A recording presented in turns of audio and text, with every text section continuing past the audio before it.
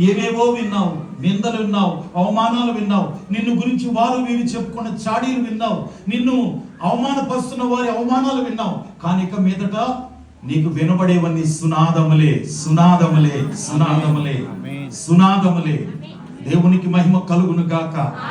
నీకు సునాదములు వినబడును గాక. దేవునికి మహిమ కలుగును గాక.